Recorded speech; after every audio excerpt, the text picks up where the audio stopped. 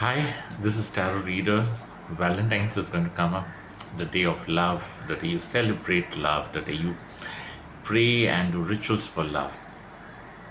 Normally, if you're a tarot reader or in astrology, you come across a lot of love related questions because this industry mainly runs on love rituals. I'll be very honest. If you go to Instagram, if you go to any social media, okay, the groups for love, the rituals for love are massive. Okay, I'm not looking down upon them. On the contrary, I respect them a lot.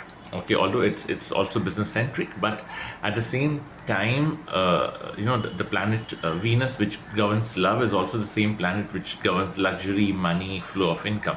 Okay, so somehow the rituals are connected at times. Okay, because when you do rituals to activate your Venus, or when you do rituals to enhance your Venus, okay, it not only brings love and passion in your life, but it also increases your finances, and it also brings more prosperity. I'm not saying that a ritual is the efficacy of the ritual is like that it will give you the results. No, rituals are like prayers.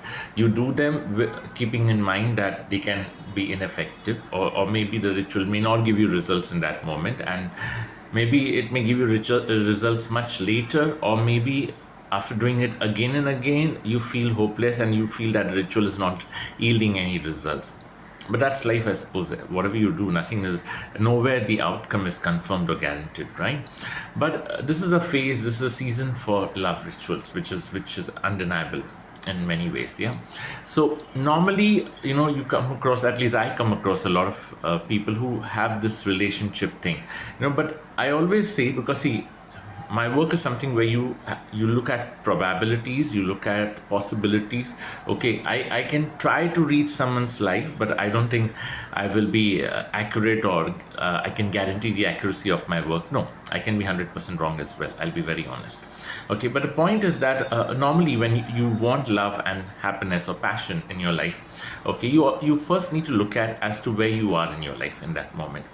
In the sense, if you're single, then is it the time to look for relationship? Is it the time to look for love? And what kind of a relationship? Everyone says they want a stable relationship, everyone says they want a long term.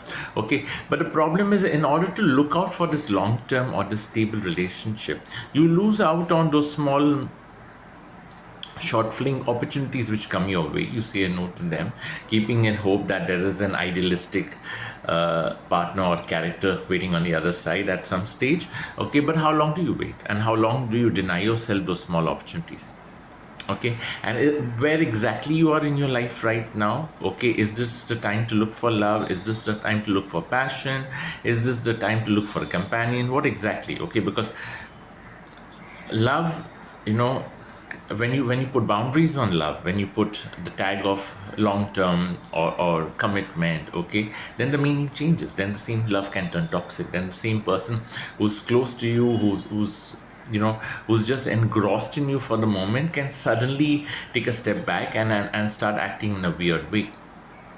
So the first priority is to look exactly where you are. If you are already in a relationship, is it a toxic relationship? Is it a relationship which is making you feel guilty, or making you feel, do I really need this? Okay, because a lot of times I come across, okay, this happens mostly with girls, I've seen, even with men, but mostly with girls, that they are in a relationship where they cannot leave the person. They're doing everything on their end to survive or keep that relationship alive, but the other person somehow seems to take it for granted, or seems to be very abusive and aggressive in the relationship.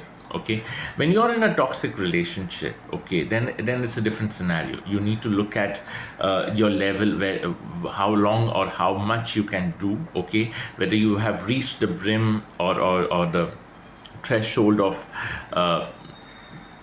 negativity, or toxicity, and there are many things you look into it. Okay, but the point is, you first need to look at which stage you are in your life, whether you're single, whether you're involved, whether it's a complicated relationship, whether it's an open relationship, whatever you call it as. You can put any tags. Okay, but end of the day, when you are involved with someone, okay, see, I'm not a very social person, I'll be very honest. So I'm not someone who can say that I understand emotions. No, maybe I don't understand emotions at all. Okay, but the point is that one thing I've realized with people, you want someone in your life at that moment, okay, who's giving you attention, who's making you feel special, because your hormones should change, right, when you meet that person. Okay, the chemistry inside you should also make you feel that. Okay, and the second thing is that person is making attempts to come closer to you. If someone is saying, oh, society is going to say this, my parents are going to say that, then why is he even talking to you? I mean, let's be honest. I'm not saying these things don't matter, but the point is that, we live in a world where people camouflage so many things. They manipulate you in such a way. Okay, they try to show you that this person, they are there for you. Okay, but because of so and so XYZ reason, they cannot commit, they cannot take it the way it ideally would be. Okay, I mean, that's pure lie, right? I'm sorry, but you are into something. Okay, the question is not how serious you are. The question is what your intention is in that moment. You really want this relationship to be there for long term, or you are using it as a stopgap arrangement. I'm sorry I'm saying that, but a lot of people, they use people as a stopgap arrangement. They're like, this is the person there for now, for the moment, let me just live in this, and then maybe later on more. That also is absolutely right. But if you're very clear with your mind and you're very vocal about it, then it's okay if you're giving a disclaimer. But if you're not, then the other person, the partner, the girl or the boy on the other end is definitely going to pay the price for it. Yeah. So the point is that you need to look at where you are in your relationship right now. That's where you use a tarot reading, or you go to an astrologer. You take the service of a tarot reader or an astrologer to know exactly where you stand. Okay, and once you know exactly where you stand, depending on that, you go for the rituals. Yeah, you have a lot many rituals on Instagram. Some of them are pretty good, very good, and some of the people who have their profiles, I'm sure they do really good rituals. Okay, so you do it that way, you approach it in that way. Okay, but one thing is there, when you're in a toxic relationship, or you're in a relationship where the other person is taking you for granted, you need to realize one thing: no one person is going to make or break your life. That pain is for now. That pain is not going to stay forever. There will be a phase where you're going to look back and ask yourself, why did I even waste my time on this person? The problem with toxic or manipulative relationships is that they consume your time. Okay, you may do foolish things, that's okay. We as humans are bound to do foolish things. Okay, we may act we are smart, but let's be honest, some of us love doing foolish things, or maybe that's what I think. So I accept my foolishness, but this is what I've really seen. So the point is that if this person is toxic, you need to find answers as to how soon will you be out of that person, and how soon you can find someone else. I always say, when you are in a toxic relationship, you find another toxic character to move out of the first toxic one. Yeah, I'm sorry, but that's how it is, right? So if I'm addicted to tea, okay, then I'm going to start start drinking more coffee, so that I overcome my addiction for tea. And maybe later on I reach a phase where I'm not that close to coffee, or that attached to coffee as well. I mean, this is a normal modus operandi idiots like me will use. I'm sorry, but the point is looking at your present life, okay, and thereafter looking what you need to do with it. Yeah, rituals, whoever does it, whether you do it for your own, or whether you ask someone else to do it, there is always uncertainty. Let's be honest, okay. There's not, that doesn't. I'm not blaming the person who's doing it. I'm not blaming you, because that's how life is, right? Nothing can be guaranteed, okay.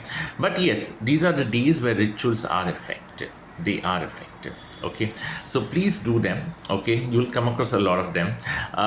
Find ways to activate your Venus. Wear a diamond, maybe buy rose quartz on those days. Apply strong pungent fragrances on your skin. Yeah, and especially for the girls, okay, ensure that your skin hygiene, okay, and the innerwear hygiene is really good, because these are areas which are ruled by Venus. Okay, and what else? All the best. I hope you find your happiness. Yeah, blessed be. Thank you.